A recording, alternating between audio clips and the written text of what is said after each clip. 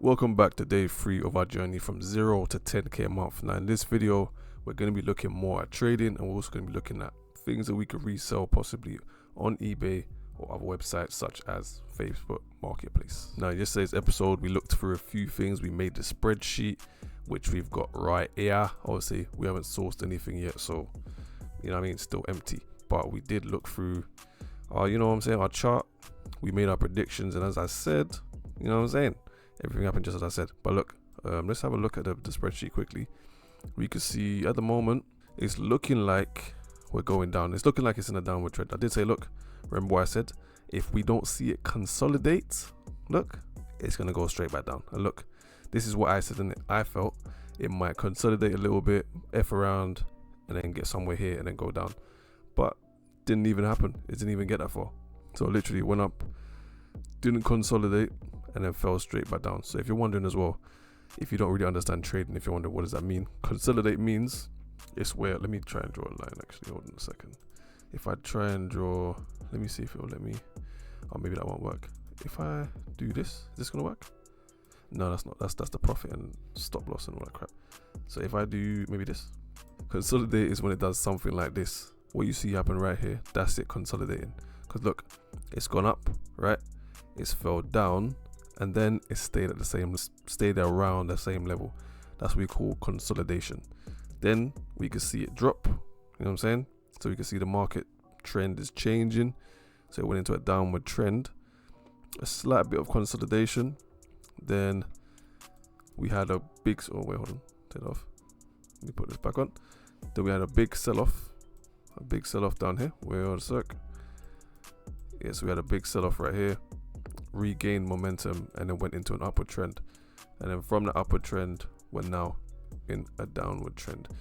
And from this type of position, it's difficult to know where you're going to go, because of course we're still in the downward trend, but you got to keep an eye on what happens with the consolidate, that, with the consistent level that it stays at. So what I usually like to do, I'll go around and check and see what are the other big crypto influencers or whatever doing. And I told you a lot about Bare Naked Crypto. This guy, whatever he says, it usually goes that way.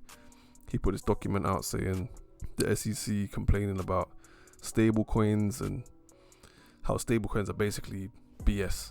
That's what they're saying. So pause this camera, have a read of that, tell me what you think of it. I'm not really going to read it because I already read through it. But what I'll do in this position and see what news is there. So look around and see what's the common narrative. So it said FTX sold about 1 point, Bitcoin price weakens, seemingly closer to Bitcoin repayments. Yeah, Mt. Gox. Yeah, I spoke to you a lot about that. When Mt. Gox happens, we gonna see a big dump. There's gonna be a lot of people taking profit. So yeah, if you're wondering, Mt. Gox is basically an exchange that closed.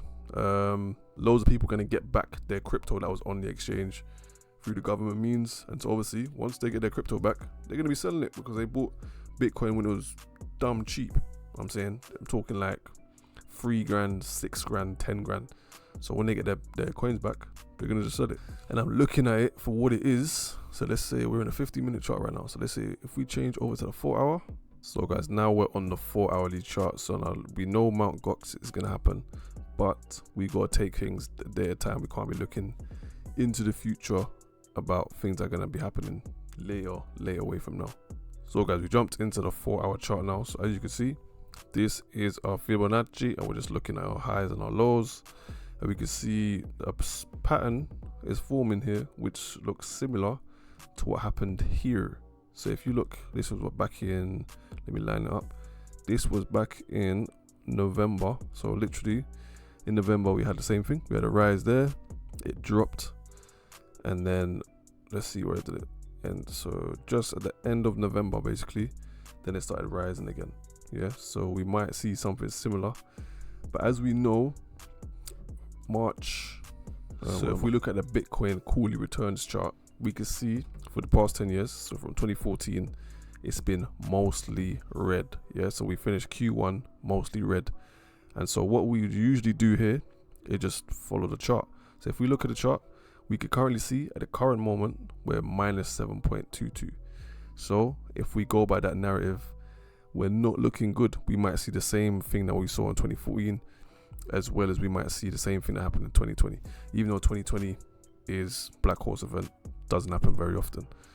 But what we can say is, based on the data and what usually happens, more than likely we're going to see a negative impact on Bitcoin, which could mean a positive impact on the rest of the altcoins.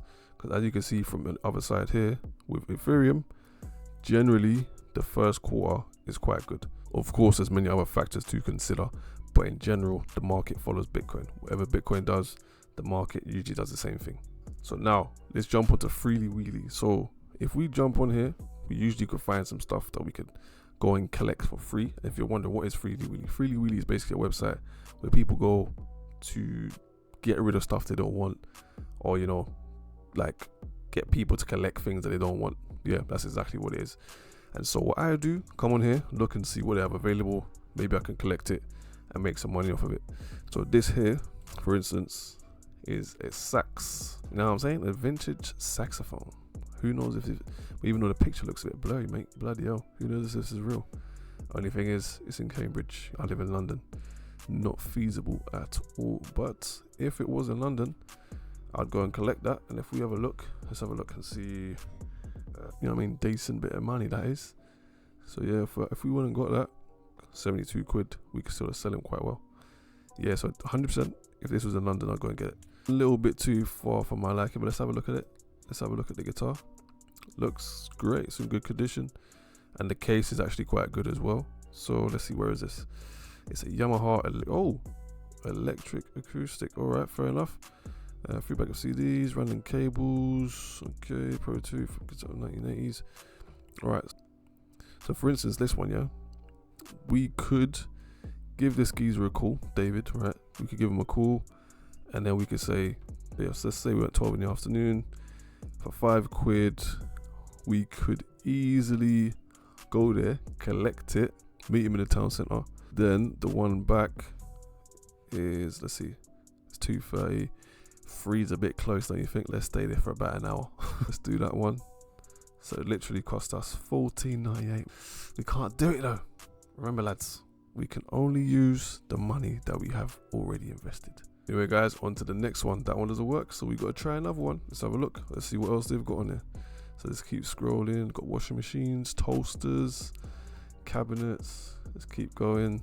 So for instance, this would actually make sense because it's a great cabinet. We could actually go there, break it down and sell it, but too much effort, too much hassle.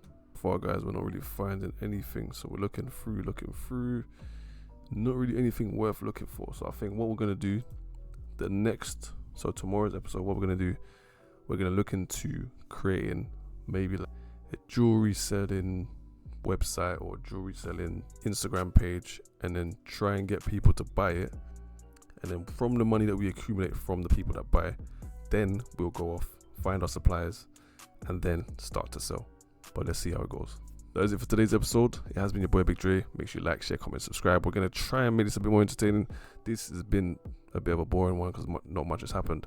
But we're going to keep going until we get to 10K.